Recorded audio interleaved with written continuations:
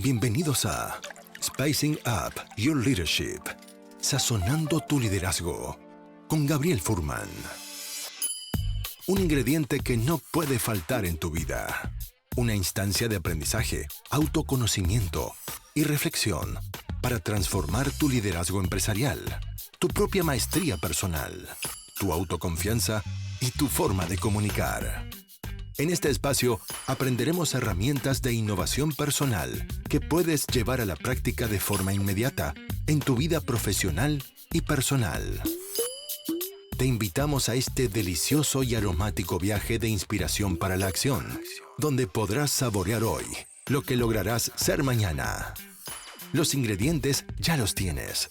Ahora llegó el momento de descubrirlos y pasar a la acción. La mesa está servida. Sean bienvenidos. Muy buenos días o buenas tardes. Si es que estás viendo esta grabación de forma sincrónica, le quiero dar la bienvenida a todos ustedes que se están conectando a este live, a esta conversación, a este espacio de aprendizaje. La gente nos puede estar escuchando y viendo a través de Facebook, a través de YouTube y a través de LinkedIn de forma simultánea en este podcast, en este programa de episodios que ya lleva varios meses. Para aquellos que no saben, hace poco yo tuve el placer de poder celebrar el episodio número 50 de este podcast o de este programa live. Es un programa que se llama Spicing Up Your Leadership o Sazonando tu Liderazgo. Y es un programa que tiene como propósito, como objetivo, entregar reflexiones profundas, divergentes, novedosas e innovadoras acerca del liderazgo personal, el liderazgo de equipos y liderazgo también de organizaciones. Y no solamente disfrutando reflexiones con invitados de lujo, sino que también cómo pasar de la información a la transformación. Y a mi juicio, el puente entre esas dos cosas es la acción. Y por lo tanto, estas reflexiones, estos espacios de aprendizaje son para reflexionar y también poder compartir con ustedes estrategias y acciones simples que puedas empezar a poner en práctica desde hoy en tu lugar de trabajo y en tu vida. Quería también invitar a la gente que nos está viendo a que puedan dejar sus comentarios y preguntas también en los comentarios de esta conversación, de manera tal que así yo voy a poder ir leyendo sus comentarios y preguntas e integrarlos a la conversación. En el episodio de hoy me siento muy emocionado y honrado por tener con nosotros a Elena Espinal, directamente desde México. Y en especial, para mí, esto significa poder conectar con alguien que ha significado, quizás ella sin saberlo tanto, pero por lo menos desde mi perspectiva, una persona que ha influido también a través de sus videos, a través de sus demostraciones de prácticas de coaching, a través de libros y tanto material que hay de Elena Espinal, ha influido en mi proceso de crecimiento como coach, como líder y como facilitador de espacios de aprendizaje. Bueno, a toda la gente que está viendo también este live, los invito una vez que esta conversación termine a que puedan buscar mi canal de YouTube por mi nombre, Gabriel Furman, y ahí encontrar todos los episodios, ya más de 55 episodios grabados con invitados de gran importancia para mí, para que puedan ahí explorar ese material que está disponible para ti de forma gratuita. Quiero darle la bienvenida a este espacio a Elena Espinal y agradecerte, Elena, por estar aquí con nosotros. Un placer, Gabriel, y acá estoy, lista para conversar de lo que quieras. Muchas gracias por aceptar mi invitación dentro de tu agenda tan ocupada y con todo el trabajo que haces. Yo me gustaría quizás comenzar esta conversación preguntándote cómo te gustaría presentarte, ¿a qué estás dedicada profesionalmente hoy? Yo me dedico a trabajar con la gente que quiere lograr algo diferente a lo que generalmente consigue. Me dedico también a que ese futuro que quieren crear sea un futuro de paz y sea un futuro de plenitud y que sea un futuro con conciencia de que ese cambio va a impactar en otros.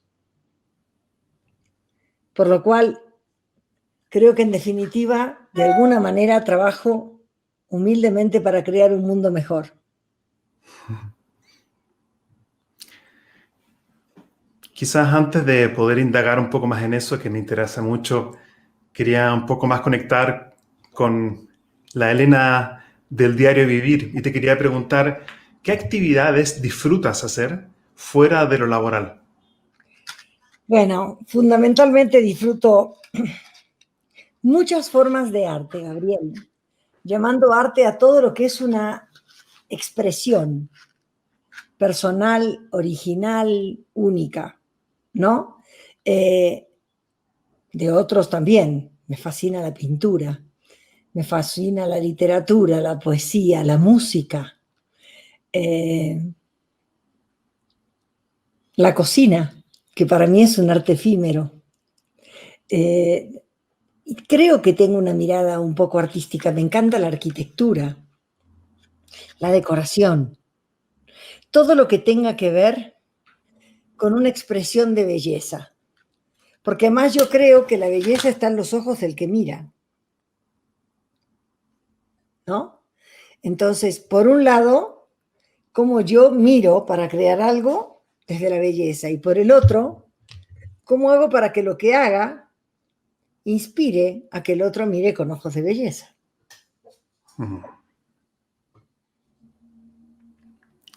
Hablaste de la cocina, en particular en la cocina, ¿qué disfrutas haciendo?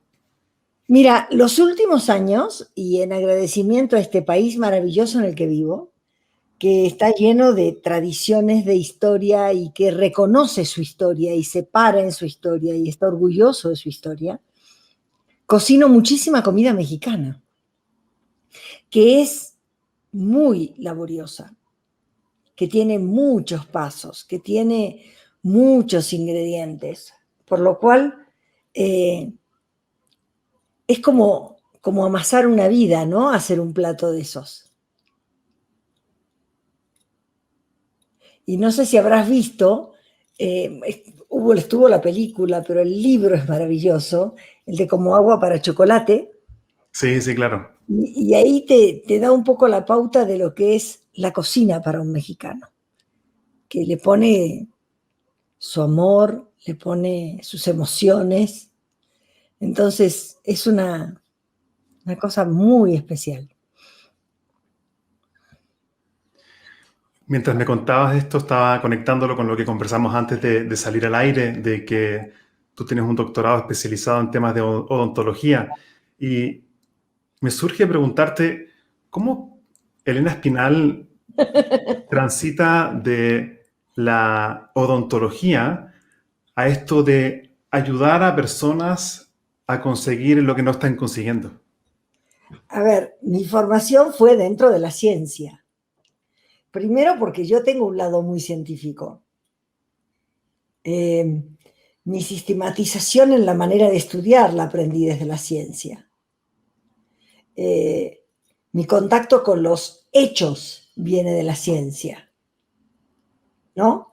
Fui muy poco odontóloga, yo me dediqué a la investigación. Me dediqué a trabajar en investigación básica en efectos de radiaciones en glándulas salivales.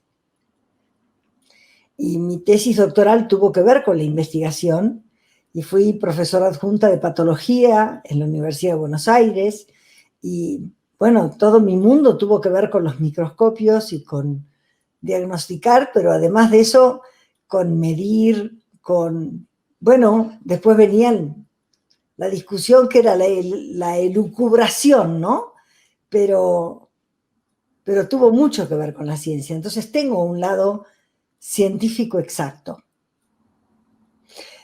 Lo que también me di cuenta es que las culturas son muy, muy fuertes, muy marcadas, te dan maneras de ser. Y el de la ciencia fue un lugar muy frío para mí.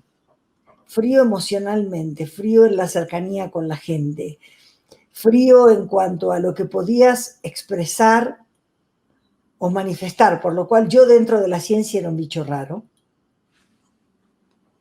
Y me di cuenta que también era como un chaleco de fuerza a quién era yo, a mi expresión. Y la muerte de mi padre, que también fue un cirujano, tipo muy conectado a la ciencia y muy importante, me llevó a que en algún momento pudiera plantearme la idea de alejarme de la ciencia. Ya no daba tantas explicaciones, ¿no? Y ese alejarme de la ciencia me hizo pasar primero por ayudar a morir. Creo que fui una de las primeras, tuve una gran maestra ahí, y luego de ahí fui entrando en el coaching, ¿no? Pero sí, lo que más me ha llevado es ese contacto humano. Uh-huh. La necesidad del contacto humano. Así es un poco el camino de la ciencia acá. Cuando empezaste a descubrir el mundo del coaching, quizás también como disciplina, arte o ciencia también de ayudar a otras personas a conseguir lo que no están consiguiendo y desean conseguir, ¿cuál dirías tú que fue tu primer flechazo, por así decirlo, amor a primera vista, que te llamó la atención especialmente en el coaching? Bueno, yo entré antes de que esto se llamara coaching. Yo entré cuando esto era conocido como procesos transformacionales, ¿no? Y me impactaron muchas cosas. La primera fue el tema de la escucha. El salir de la escucha cultural, el darme cuenta que había una escucha cultural. También me impactó, si bien siempre fui muy determinada, yo no te puedo decir inclusive que a mí me haya ido mal antes, es decir, a mí en la ciencia me fue extraordinariamente bien el tiempo que estuve. De hecho, terminé haciendo una especialización en biología para aportarle más a la ciencia que yo hacía, y tengo una maestría en patología. O sea, era muy de la ciencia, ¿no? Yo creo que la segunda fue descubrir la pasión por lograr lo que quería. Y la tercera fue seguir mis tripas. En algún momento tenía al mundo en contra. Desde mi madre, que me decía, estás haciendo algo para lo que no tienes un título, y con todos los títulos que tienes, ¿por qué haces estas cosas? ¿No? A vivir en un país, la Argentina, que no es amante de aceptar lo que cambia, ¿no? Situaciones autoritarias y paternalistas que pertenecen a la cultura, y por eso las sufrimos, ¿no? En donde todo lo nuevo era o brujería, o maldición, o cosas raras. Y yo confronté todo eso. Y lo confronté y me lo aguanté y lo lloré, pero yo sabía que tenía que seguir. Y acá estoy. Creo que la Argentina es uno de los países que más aceptó el coaching.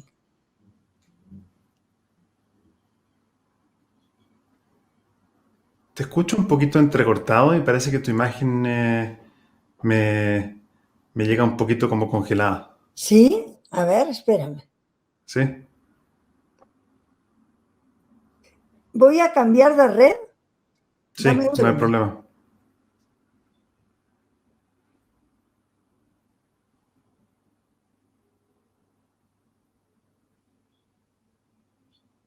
A ver, ahora. Ahora está un poco mejor, sí. Ok, fui a la 5G.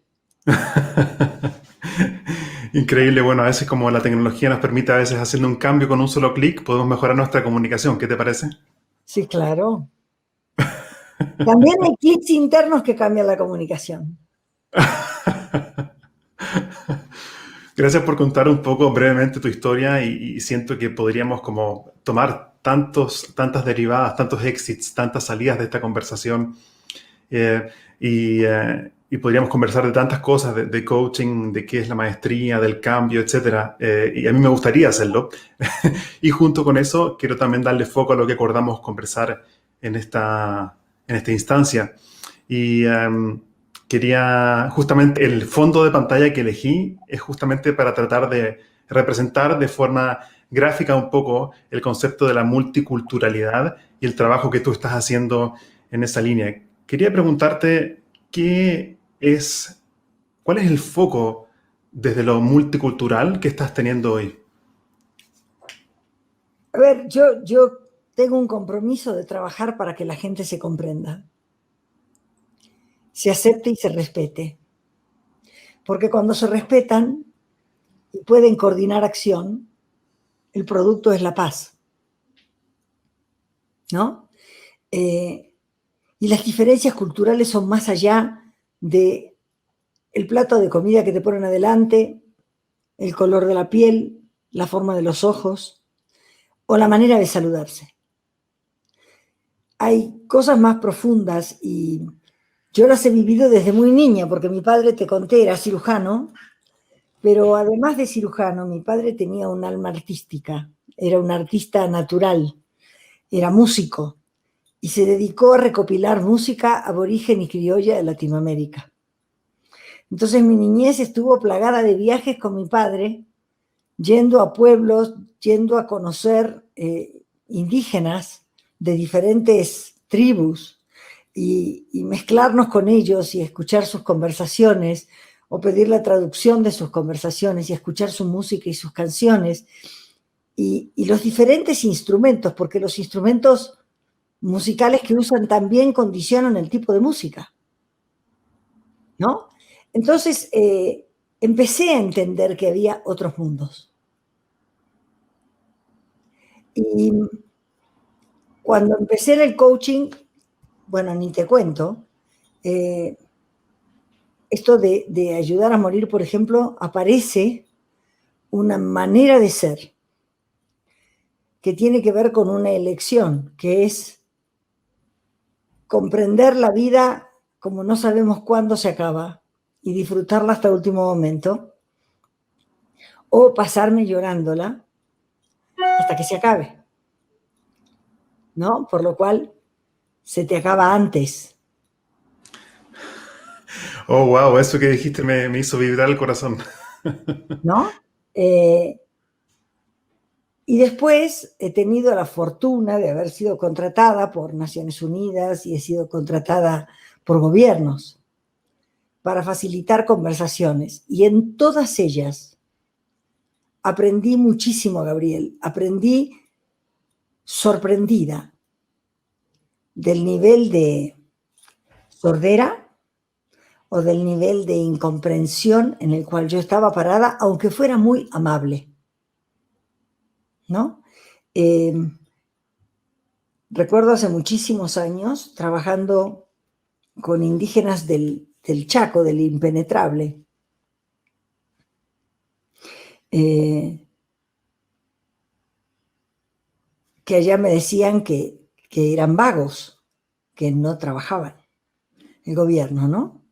Y que no había forma de moverlos de allí. Y cuando me puse a dialogar con ellos, y creo que pude hacer las preguntas que tenía que hacer, escucho que me dicen que ellos habían sido recolectores toda la vida. Sus ancestros eran recolectores. Y que ahora se había diezmado la selva y no estaban los árboles para recolectar.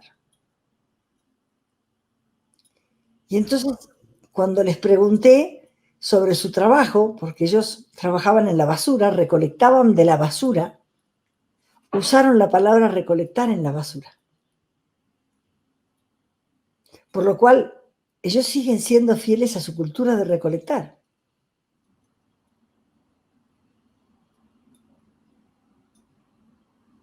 Entonces, lo que surgió en mí cuando lo comprendí fue un profundo respeto por ellos. Pude entender que no eran vagos, que no eran avivados, que cumplían una tradición, que era lo que sus padres le habían enseñado, lo que sus abuelos habían hecho, lo que no sé qué número de generaciones venían haciendo. En México fui contratada para trabajar con grupos mayas de 5 estados, de Campeche, Quintana Roo, Mérida, Oaxaca y Chiapas.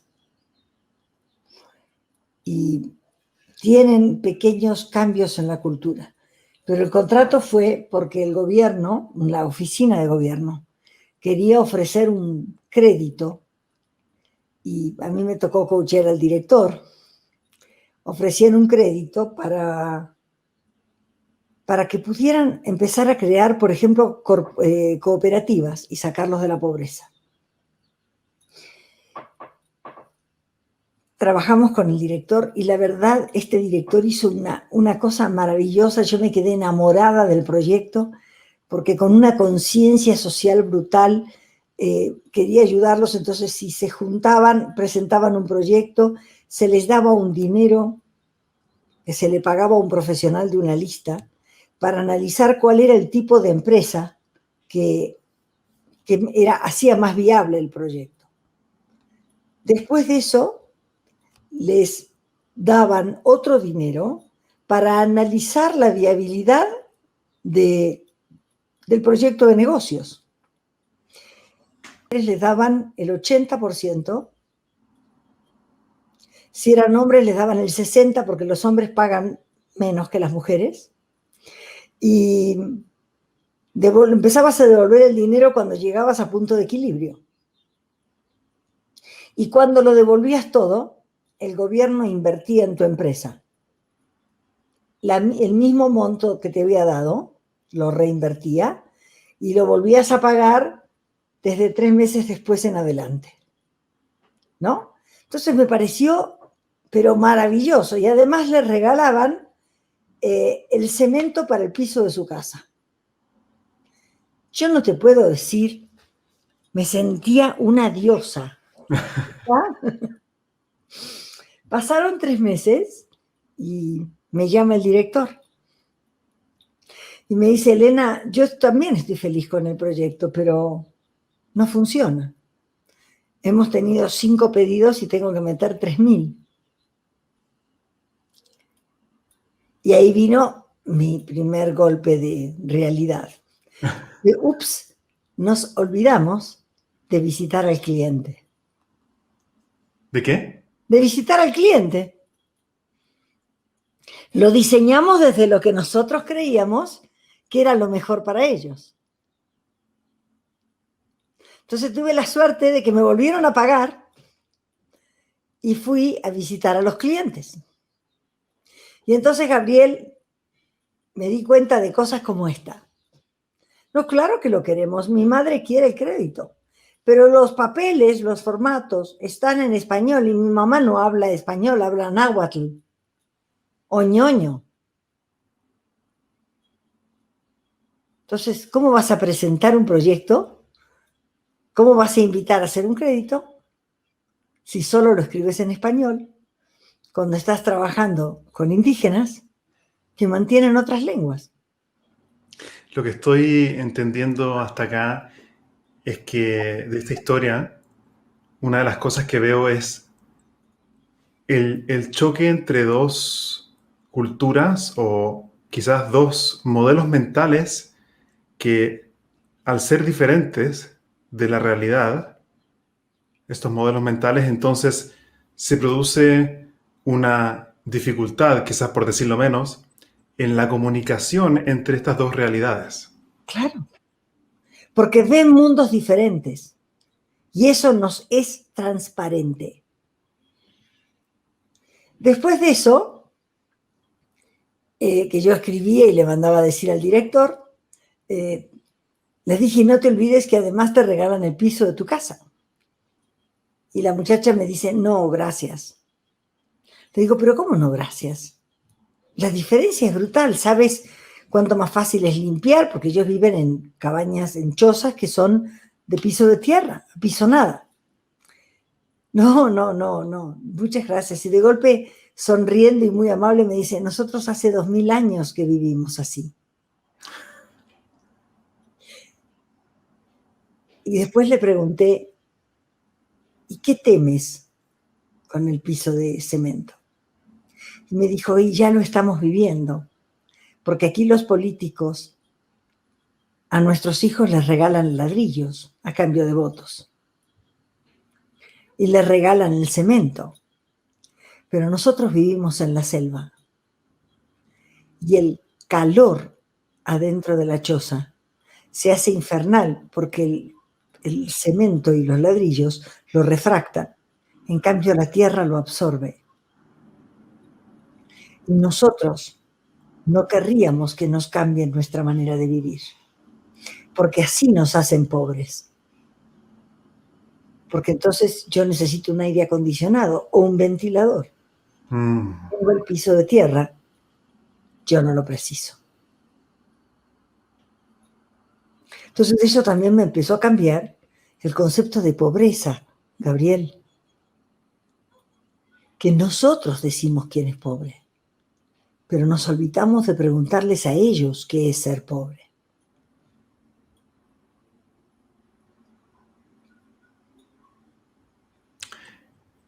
Estaba sintiendo lo que pasaba dentro de mí a medida que te escuchaba y lo conecté con algo que estuvimos conversando también vía WhatsApp, que me comentaste que uno de tus trabajos hoy es comprender diferentes interpretaciones del mundo y cómo estás trabajando hoy día con un equipo en más de 23 países diferentes. Y quería preguntarte cómo esto se lleva al mundo de las organizaciones que trabajan con colaboradores que pertenecen a culturas diversas. Mira, sí, estamos trabajando con un francés que como yo se mudó a vivir a Tailandia y que se dejó absorber por la cultura. No vive en francés en Tailandia, vive como tailandés. Y yo no vivo como argentina en México, vivo como mexicana. ¿Está? Entonces, humildemente, cada día voy mirando más el mundo desde acá. Por ejemplo, te voy a dar el primer ejemplo, el más cercano. En la Argentina, la relación con el futuro es mañana a la mañana. Es una relación de urgencia. Es una relación de sálvese quien pueda. No hay posibilidad de planeación a largo plazo. Bueno, a largo plazo, digamos 5, 7, 10 años, es imposible, ¿no? Ni siquiera 3 meses. Es mañana a la mañana. Cuando yo llegué a México, yo no podía dormir de la ansiedad, por ejemplo, de pensar en los cheques que tenía para el día siguiente. Y yo ya no tenía cheques, yo había cerrado la cuenta. Entonces, si me dices, yo vivencié la cultura y tuve que reiniciarme en una cultura nueva. Y acá, la relación con el tiempo es una relación a mucho más largo plazo. Acá la gente planifica cuándo va a cambiar el auto, planifica que se va a comprar una casa, planifica las cuotas de... Planifica. No está el apuro de mañana a la mañana. ¿No? Entonces, ahí tienes un ejemplo que es cercano. Pero con Jean-François decidimos armar algo que tuviera la posibilidad la gente de empezar a conectar profundamente con otras culturas, para su propio desarrollo personal y para su trabajo. Entonces trabajamos con líderes, porque tenemos gente de empresas, y trabajamos con coaches. Porque tú no puedes hacer coaching sin poner de ti tu mundo a disposición de tu cliente. Y tu mundo condiciona a tu cliente, de la misma manera que el mundo de tu cliente te condiciona a ti. No aceptar eso es una locura, ¿no? Ahora, ¿cómo hacer para que tu mundo no sea una intercepción en la concepción del mundo del otro para el mundo en el que vive. Entonces, armamos este programa que cumple con varios requisitos de mi vida. Uno es el arte. Estamos usando el arte como el vehículo para aprender y para despertar a nuestro artista, ¿no? Despertar a nuestro artista encontrando nuestra originalidad, confrontando nuestras sombras, ¿no? Y la otra es aprendiendo a conversar y pudiendo escuchar otras culturas. ¿Me podrías dar un ejemplo práctico, concreto, de algún ejercicio para sacar o descubrir o liberar ese artista interior? ¿Cómo lo hacen? Bueno, vas a tener que venir. Pero, por ejemplo, el otro día, te hablo de la última clase. Sí. Te conté que a mí me gusta el arte en muchas formas, ¿no? Y además de tocar algunos instrumentos musicales, me gusta cantar. Y tengo una maestra de canto. Y una de las cosas que yo descubrí con el canto es que de acuerdo al lugar de donde saco la voz, también está clara cuál es mi emoción y mi relación con el poder, con mi poder personal. Que cuando yo grito de la garganta, es un grito desesperado, pero en general de impotencia. Pero cuando yo grito un basta desde mi panza, el basta general es basta, ¿no? Entonces invité a la profesora de canto a que nos diera una clase para sacar la voz desde la barriga, desde el pecho y desde la cabeza. Y después hicimos algunos ejercicios sobre qué emociones nos mueve cada una de esas voces.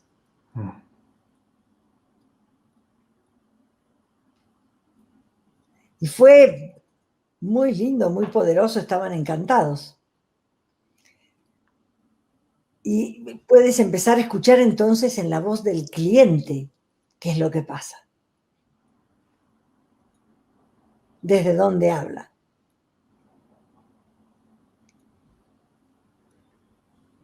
¿Y cómo conecta esto con este desafío de la multiculturalidad? Mira, un montón. Esto conecta porque depende de las culturas, es el tipo de conversaciones. Por ejemplo, en este programa que está terminando, que termina ahora en junio y 4 días después empieza el siguiente, en este programa hay 4 chinos. El chino, como el japonés, tienen una conversación que tiene que ver más con contexto que con contenido,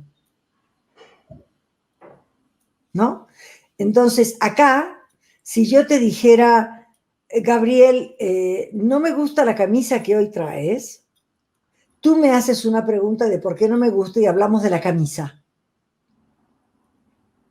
El chino no escucha la camisa.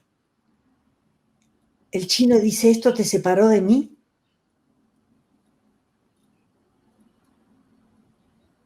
¿Cómo? Escuchó contexto. Y entonces dice, ¿cómo? ¿Esto te separó de mí? Que no te guste la camisa, ¿te separó de mí? No te habla de la camisa. Te habla del contexto. Wow, o sea que desde esa interpretación cultural china, la camisa pasa a ser secundaria en cuanto a su forma y su color y se pone el foco en cómo afecta el vínculo, aparentemente. Exactamente. Ajá. Exactamente. En Tailandia, yo tengo un hijo que me ayudó a criarlo, bueno, vivió en mi casa y trabajó conmigo, una tailandesa, perdón, una indonesia, no una tailandesa, era indonesia, Ati. Y Ati tenía una costumbre con mi hijo bebé, ella lo cargaba todo el día, pero además cuando mi hijo iba a empezar a llorar, ella se lo ponía delante de la cara, lo miraba a los ojos y hacía el gesto de llanto con él y le iba transformando el llanto en risa. Y mi hijo nunca lloró, nunca. Y es un líder natural pacífico, es un líder natural que va por el encuentro, que va como el agua buscando transformar, no va a los golpes, ¿no? Y trabajando con Jean-François, hablando de conversaciones, me cuenta que en Tailandia hay una manera de hablarle a los bebés en la que le dicen al bebé Dim Jim. Y Dim Jim significa sonríe bonito. Entonces, el bebé es educado para sonreír, para crear el vínculo con el otro, para no tener que enojarse para lograrlo. Entonces los niños sonríen, no son enojones, no son caprichosos.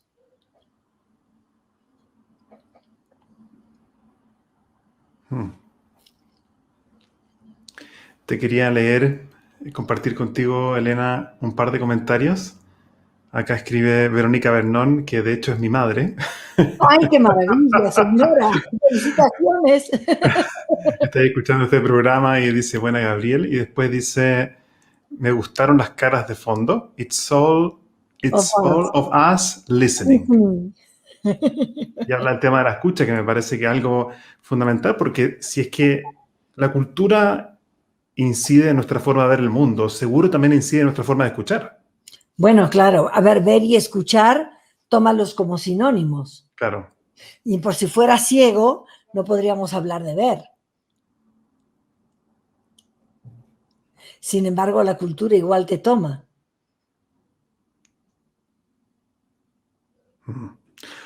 ¿Cuál es el desafío para un líder dentro de una organización que tiene que justamente lidiar con distintos perfiles?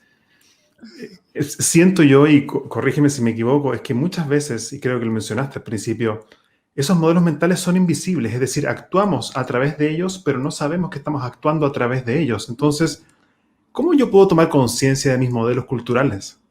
Es el trabajo de toda tu vida. Y yo te diría, es uno a uno, frente a incomodidades, frente a situaciones que no te funcionan. Y yo creo que es lo mismo para un líder.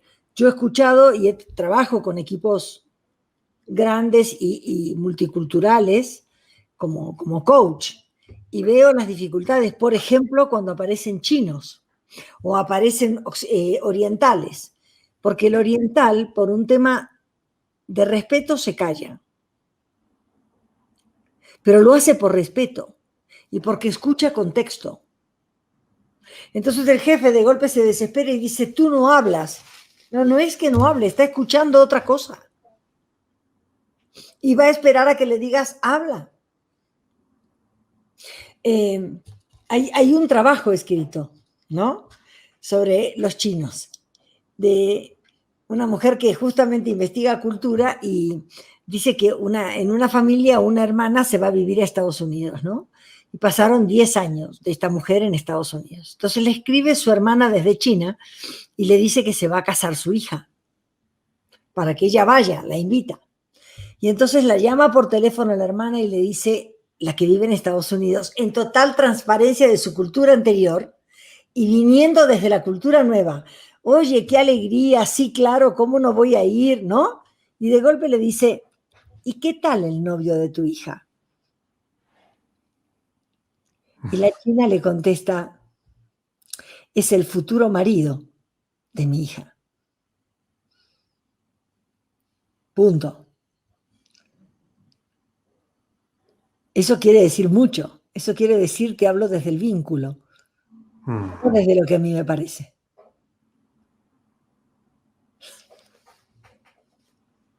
Entonces, imagínate en una empresa hablar con alguien de otra cultura, ve otro mundo, escucha otra cosa. Y si nos dejamos llevar por la velocidad con la que vivimos, rechazamos importantísima información.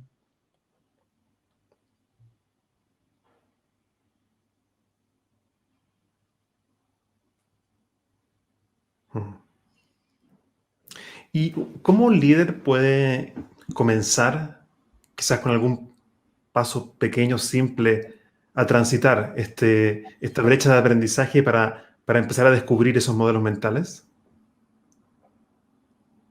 Bueno, yo siempre creo que es a través de conversaciones. Ajá. Y yo también creo que tiene que ver con un nivel de escucha. Ahora, también creo que esto no es voluntarismo. La cultura nos tiene presos. Somos esclavos de la cultura. ¿En qué sentido? Que tú no puedes ver por fuera de la cultura. Ajá. Y que cuando ves algo ya lo incorporaste a la cultura, a tu cultura. ¿No? Entonces, Jim Selman siempre me decía, para salir de la caja, como la gente le decía, ¿y cómo hago para salir de la caja, Jim? Y él decía, las instrucciones para salir de la caja están escritas del lado de afuera. ¿No? Y no puedo salir, entonces ¿cómo las leo? Sal como puedas y ahí te vas a enterar de cómo saliste. ¿Está? Entonces, yo creo que hay algunas cosas que podemos aprender. Por ejemplo, a quedarnos tranquilos cuando nos hacemos preguntas que no tenemos la respuesta. A no desesperarnos por contestar. A confiar en que la respuesta va a aparecer. Porque en general cuando eso pasa, esa pregunta en algún momento abre un mundo diferente. Te permite ver algo que no habías visto. Pero hay que salir de la zona de control y poder quedarse en las preguntas que no tienen respuesta. ¿Cuál es el rol de una pregunta que no tiene respuesta?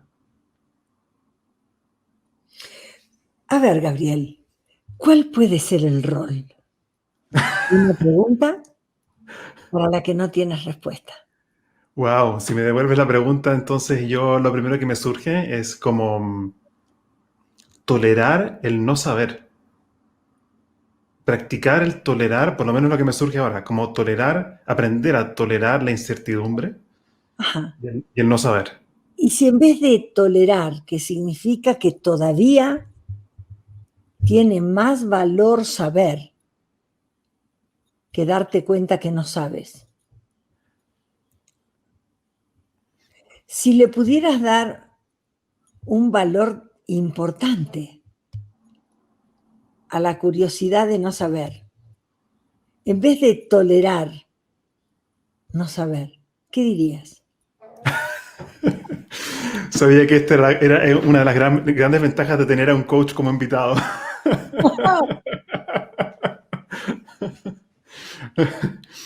Claro, Gabriel, pero ahí aparece, por ejemplo, el confiar, que eres capaz de aprender. Y lo que me surgió también al escuchar, ahora que me hiciste la pregunta, que me encantó, es un respeto por lo misterioso y por lo desconocido, siento. Claro, pero es que la única diferencia que puedes hacer en tu vida es entrando en lo misterioso y lo desconocido. Eso está genial. Tu vida es dentro de lo que ya sabes.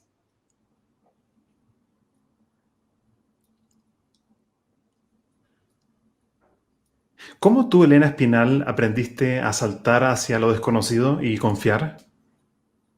A veces la vida me empujó. ¿Nunca te pasó? Sí. ¡Bum! ¿No? Yo siento que se me viene a la mente, no sé por qué, recuerdos de cuando pequeño, saltando a la piscina, tiene un poco esa connotación, como una metáfora y una experiencia quizás tan cotidiana. Saltar a la piscina es como, voy a estar por unos segundos de forma completamente quizás descuidado, no sé qué va a pasar. Y ahí me espera una realidad completamente diferente, que es la realidad líquida, que quizás antes de darme el primer chapuzón no conocía. Sí. Ahora, si tú quieres, eso está maravillosamente descrito en los viajes de los héroes. Ajá. Joseph Campbell estudió muchísimo ese tema. Parece ser que en todas las épocas. Mira, en la mitología griega está llena de cuentos de viajes de los héroes. Acuérdate de Ulises. Sí. ¿No? Y todas tienen las mismas etapas. Uno es salir de casa y saber que lo que voy a buscar no está acá. Lo que quiero crear es más grande y hasta acá no he podido crearlo. Y no lo puedo crear porque el mundo que yo conozco y el mundo de acción al que yo accedo no alcanza para crear eso. Entonces tengo que salir de mi mundo. Eso se llama salir de casa. Es lo que hace el héroe. Sale, hace un viaje. Es la metáfora de salgo de lo conocido, salgo de lo que sé. La segunda cosa es que me llevo. Y ahí puedes mirar cómo viajas para reírte un rato. Y fíjate si llevas por si hace frío, fíjate si llevas porque hace calor, fíjate si llevas sombrero para el sol, sombrero para la lluvia, ¿no? ¿Cuántas cosas metes en las maletas por las dudas? Y después resulta que usas mucho menos de lo que te llevaste y además te diste el gusto de comprar muchas cosas. Entonces, ¿qué tal si empiezas a decir, puedo viajar con menos? Me basto con ir yo y lo que vaya precisando o lo que me vaya gustando, lo voy incorporando. La otra es, muchas veces te vas a encontrar que tomaste a la derecha y llegaste a una esquina y hay opciones. Y ahora cruzo, sigo derecho, voy a la derecha, voy a la izquierda. ¿No? ¿Qué hago? Entonces, la primera desesperación es por encontrar el camino correcto. O sea, no equivocarme. Y es imposible no equivocarse cuando uno no sabe, porque está aprendiendo. Entonces, eso que llamamos error es una barbaridad porque en realidad es aprendizaje. ¿En qué sentido el error es desaprender? No, el error es aprender. No es un error. El error es cuando tú consuetudinariamente repites el mismo error para lograr algo que no te lleva a donde quieres ir. Claro. Eso es un error.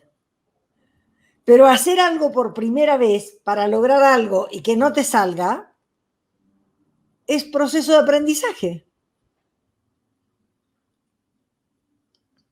Cuando tomaste el lápiz por primera vez y empezaste a dibujar la A, ¿te salió como te sale ahora?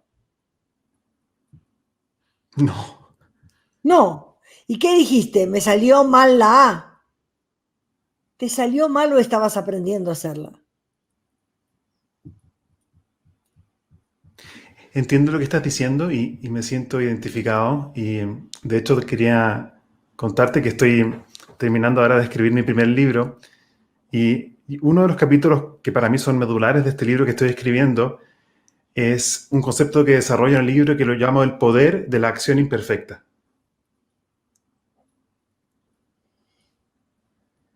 Y creo que conecta un poco con lo que estamos hablando. Es cómo el reconocerme como un ser imperfecto que actúa de forma imperfecta a veces es lo más importante que necesito para actuar y progresar. Porque si espero la perfección, quizás nunca haré nada. Claro. Y si te fijas la palabra perfección, dame 1 kilo de perfección. Claro. No existe, es un juicio. Sí. No puede ser perfecto para ti. Yo creo que es el poder y el valor de accionar. Porque eso te permite aprender. Y entonces vas a decir, no era por acá, es por acá. Voy a probar a ver si es por acá. Y si no es por acá, voy a probar si es por allá. Hace poco leí en un libro de Chalmers Brothers que habla sobre el tema de language and happiness. Y él dice una frase que también me quedó muy potente, registrada. Él dice que aprender es hacer algo mientras aún no sé cómo hacerlo. Claro. Y me hizo mucho sentido y creo que conecta con lo que estamos conversando. Quería leerte un par de comentarios. Elena, por ejemplo, Susan Bieler, que de hecho hizo una formación con nosotros de coaching y liderazgo, dice muy potente, todo lo que dice Elena y precisas tus preguntas, Gabriel. Eso parece que me está reconociendo algún trabajo que he hecho acá.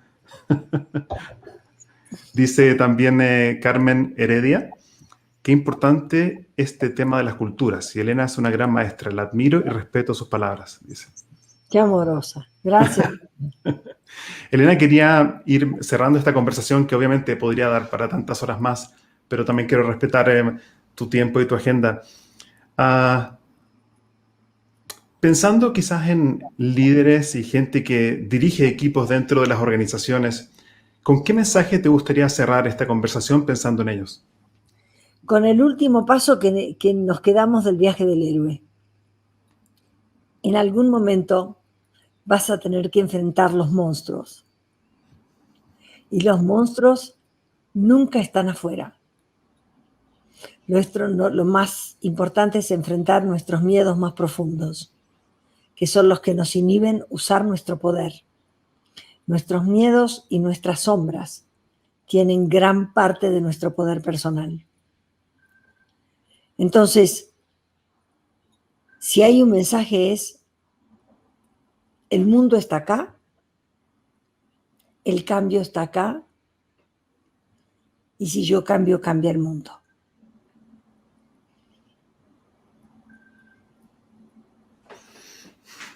Elena, yo quería primero decirte que me he sentido muy emocionado conversando contigo en estos 50 minutos y quería agradecerte por tu tiempo y tu generosidad. Yo te agradezco a ti muchísimo la invitación, esta gente tan linda que nos está escuchando desde tu madre en adelante, así que un placer muy grande, Gabriel, y a tu disposición. Muchas gracias, Elena, y quería preguntarte si alguien quiere saber más de ti y conectar también con los programas que están ofreciendo en Team Power, ¿cómo puede conectar? Bueno, directamente en la página web nuestra, que es www.team-mediopower.com.mx, o en mi email, que es espinal, 12, @team-mediopower.com.mx. Ok. Elena, te agradezco mucho entonces por tu tiempo y por haber conversado conmigo y compartir. Bueno, un placer muy grande, Gabriel. Hasta pronto. Chao. Yo me quedo solamente un minuto más agradeciéndole los comentarios que estuvieron llegando y sé que van a seguir llegando porque este video queda dando vuelta en LinkedIn, en YouTube y también en Facebook. Y aprecio la apertura que han tenido para quizás escuchar esta conversación que para mí fue mucho más profunda y tener a Elena reflexionando sobre temas culturales hasta poder personal, modelos mentales, enfrentar el miedo. Todo eso creo que son temas que por lo menos yo estoy trabajando diariamente y que quizás muchos de ustedes también podrían sentirse identificados. Los dejo invitados también a conectar conmigo vía LinkedIn. Me pueden siempre escribir un mensaje por interno. Y también los invito a suscribirse a mi canal de YouTube para que así puedan no solamente acceder a los más de 55 episodios que están ahí grabados con invitados anteriores, sino que también para recibir las notificaciones cada vez que yo suba un episodio nuevo de este podcast, de este live, Sazonando tu liderazgo, Spicing Up Your Leadership. Les deseo a todos mucho éxito y que podamos seguir entonces trabajando en nosotros mismos, creciendo y aprendiendo. Muchas gracias. Hasta aquí llegamos por hoy con otro capítulo de Spicing Up Your Leadership, Sazonando tu liderazgo con Gabriel Furman. Encuentra más material sobre este y otros temas en nuestras redes sociales, en LinkedIn y Facebook, como Gabriel Furman. Nos reencontramos en nuestro próximo capítulo para descubrir más herramientas de innovación personal que te servirán en tu vida profesional y personal. Esta cocina siempre está abierta para ti y para todos aquellos que quieran compartir su inspiración para la acción. Hasta la próxima.